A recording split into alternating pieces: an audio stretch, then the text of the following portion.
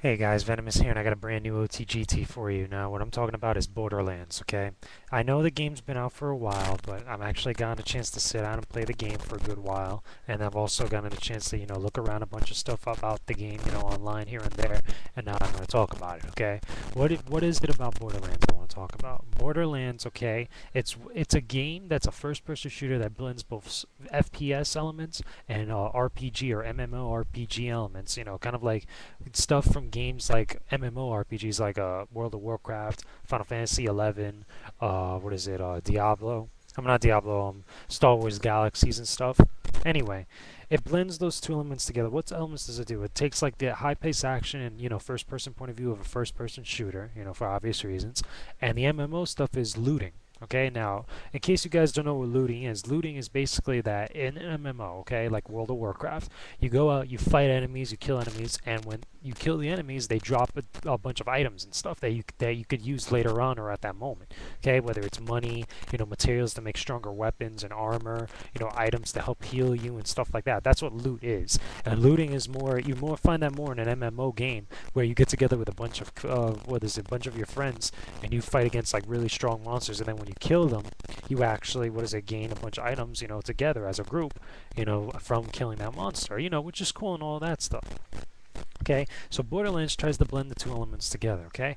Now here's the thing about it, okay? If you're playing solo, okay, one, this game could be very hard because, from the get-go, this game wants you to grind, okay? And what grinding means is that you constantly have to kill 100 or almost 200 of the same enemy just to level up, every now and then. You have to get to a certain level of how much damage you do with particular weapons and guns in this game, which is pretty crazy.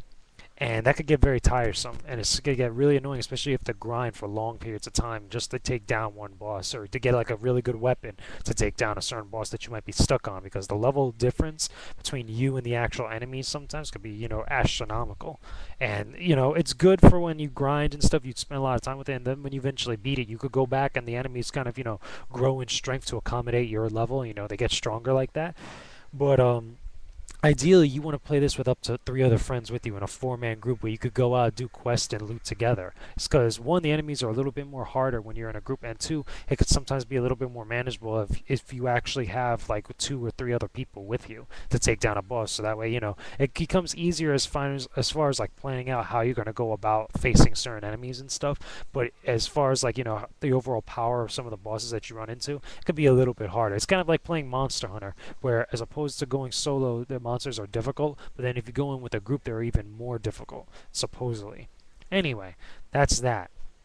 Okay, it has the main thing about Borderlands is that it could get very repetitive. It could get, very lonely at times if you're not playing with friends. And that's the thing about this game. If you don't really have friends with you around you, online or offline to really play with you and to actually sit down and go through the game with you, at your same pace, or you have someone who's already been through the game and stuff, then there's really no reason to actually go out and buy this game, as good as it is, okay? Because it's a good game. It just could get very repetitive and very boring, and by the time you actually grind enough to get to a certain level to beat a particular boss, after you beat that boss, you're going to find yourself going back and grinding again to actually beat another boss, which is even more difficult, and that some people, that could turn some people off. It could get tiring after a while, but if you're into grinding and stuff, and you're into actually getting together with friends and stuff to actually, complete a challenge or complete like, a boss fight and stuff like that, then by all means get this game. It's really cool. I just think that it's better that if you find at least 2 to 3 other people to play with you.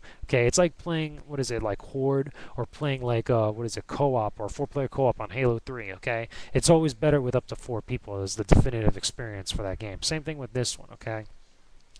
If you could get past the repetitiveness and the grinding and the big level cap and the steep learning curve when it comes to grinding and looting and stuff, then, like I said, by all means get this game. That's just my opinion, okay? Leave your comments, your video responses. I don't mind. Just keep it civil, and I'll talk to you guys again real soon. Venomous out, and that was only the goddamn truth. Talk to y'all later.